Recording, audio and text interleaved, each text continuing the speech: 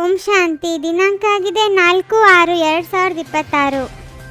ನೀವು ಪಾರಲೌಕಿಕ ತಂದೆಯನ್ನು ಯಥಾರ್ಥ ರೀತಿಯಲ್ಲಿ ತಿಳಿದುಕೊಂಡಿದ್ದೀರಿ. ಆದ್ದರಿಂದ ನಿಮ್ಮನ್ನು ಸತ್ಯವಾದ ಪ್ರೀತಿ ಬುದ್ಧಿಯವರು ಅಥವಾ ಆಸ್ತಿಕರೆಂದು ಕರೆಯುತ್ತಾರೆ. ಎಲ್ಲ ಭಕ್ತರನ್ನು ರಾವಣನ ಜೈಲಿನಿಂದ ಬಿಡಿಸುವುದು, ದಿವಾಳಿಗಳನ್ನು ಸಾಹುಕಾರರನ್ನಾಗಿ ಮಾಡುವುದು ಇದು ಒಬ್ಬ ತಂದೆಯ ಕರ್ತವ್ಯವಾಗಿದೆ. ತಂದೆಯು ರಚಯಿತನಾಗಿದ್ದಾರೆ. ಅವರು ಹದ್ದಿನ ರಚಯಿತನಾಗಿದ್ದಾರೆ. ರಚನೆಗೆ ರಚಯಿತ ತಂದೆಯಿಂದ ಆಸ್ತಿಯು ಸಿಗುತ್ತದೆ ಎಂದು ನೀವು ತಿಳಿದುಕೊಂಡಿದ್ದೀರಿ. ನೀವು ಸಂಗಮದಲ್ಲಿ ಕುಳಿತಿದ್ದೀರಿ. ಬಾಕಿ ಎಲ್ಲರೂ ಕಲಿಯುಗದಲ್ಲಿ ಕುಳಿತಿದ್ದಾರೆ. ಆದರೆ ನೀವು ಎಲ್ಲ ರಚನೆಯ ರಚಯಿತನಾದ ಬೇಹದ್ದಿನ ತಂದೆಯನ್ನು ತಿಳಿದುಕೊಂಡಿದ್ದೀರಿ. ಸತ್ಯಯುಗದಲ್ಲಿ ಲೌಕಿಕ ತಂದೆ ಇದ್ದರೂ ಪಾರಲೌಕಿಕ ತಂದೆಯನ್ನು ನೆನಪು ಮಾಡುವುದಿಲ್ಲ, ಏಕೆಂದರೆ ಅದು ಸುಖಧಾಮವಾಗಿದೆ. ನೀವು ತಂದೆಯ ಮಕ್ಕಳಾಗಿದ್ದೀರಿ. ಆದ್ದರಿಂದ ನೀವು ಆಸ್ತಿಕರಾಗಿದ್ದೀರಿ. ತಂದೆಯ ಜೊತೆ ನಿಮ್ಮದು ಪ್ರೀತಿ ಬುದ್ಧಿ ಇದೆ. ಬಾಕಿ ಎಲ್ಲರದು ವಿಪರೀತ ಬುದ್ಧಿ ಇದೆ.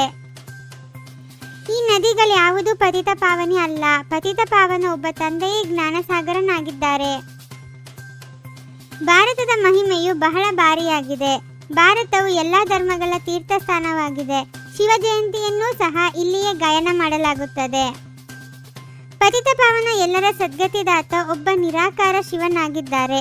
ಆದರೆ ಅವರು ಯಾವಾಗ ಬಂದರು ಎಂಬುದನ್ನು ಯಾರೂ ತಿಳಿದುಕೊಂಡಿಲ್ಲ. ಮೊಟ್ಟಮೊದಲು ನೀವೇ ಸ್ವರ್ಗದ ಮಾಲೀಕರಾಗಿದ್ದೀರಿ ಎಂದು ತಂದೆಯು ತಿಳಿಸುತ್ತಾರೆ. ಈಗ ನೀವು 84 ಜನ್ಮಗಳನ್ನು ಅನುಭವಿಸಿ ನರಕವಾಸಿಗಳಾಗಿದ್ದೀರಿ. ಹಳೆಯ ಪ್ರಪಂಚಕ್ಕೆ ಈಗ ಬೆಂಕಿ ಹತ್ತಿಕೊಳ್ಳಲಿದೆ. ಅವಶ್ಯವಾಗಿ ಮಹಾಭಾರತ ಯುದ್ಧ ನಡೆಯಲಿದೆ. ಅವಶ್ಯವಾಗಿ ಮಹಾಭಾರತ ಯುದ್ಧದ ನಂತರ ಭಾರತವು ಸ್ವರ್ಗವಾಗುವುದು.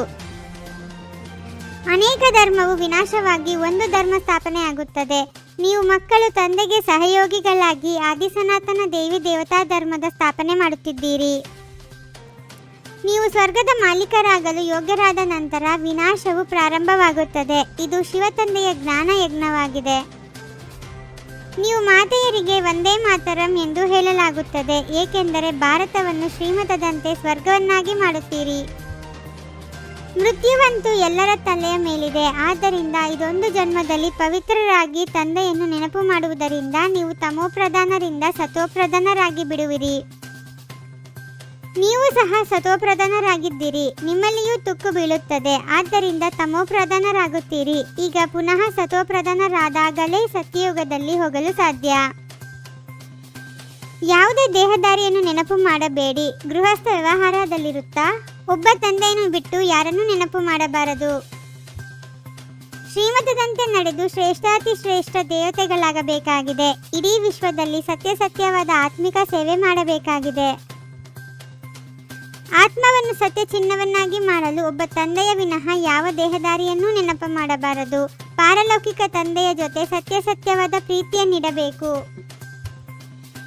ಆತ್ಮಿಕ ಉನ್ನತಿಯ ಸಾಧನದ ಮೂಲಕ ಸರ್ವ ಪರಿಸ್ಥಿತಿಗಳ ಮೇಲೆ ವಿಜಯದ ಪ್ರಾಪ್ತಿ ಮಾಡಿಕೊಳ್ಳುವಂತಹ ಅಕಾಲ ಮೂರ್ತಿ ಭವ. ಸ್ವಯಂವನ್ನು ಅಕಾಲ ಮೂರ್ತಿ ಎಂದು ತಿಳಿದುಕೊಂಡು ನಡೆಯುವವರು ಅಕಾಲ ಮೃತ್ಯುವಿನಿಂದ ಅಕಾಲದಿಂದ ಸರ್ವ ಸಮಸ್ಯೆಗಳಿಂದ ಪಾರಾಗಿ ಬಿಡುತ್ತಾರೆ. ಯಾವುದೇ ಮಾತಿನಲ್ಲಿ ಮತ್ತೆ ಮತ್ತೆ ಬೇಸರವಾಗುತ್ತಾರೆಯೋ ಅವರು ಅಂತ್ಯದಲ್ಲಿ ಅನುತ್ತೀರ್ಣರು ಆಗಿಬಿಡುತ್ತಾರೆ. ಓಂ ಶಾಂತಿ. 21 ಜನ್ಮಗಳಿಗೆ 21 ಪರಮಾತ್ಮನ ಮಹಾವಾಕ್ಯಗಳನ್ನು ಆಲಿಸಿ ಹಾಗೂ ನಿಮ್ಮದೇ ಆದ ಈ ಚಾನಲ್ಗೆ ಲೈಕ್ ಮಾಡುವುದನ್ನು ಮರೆಯದಿರಿ.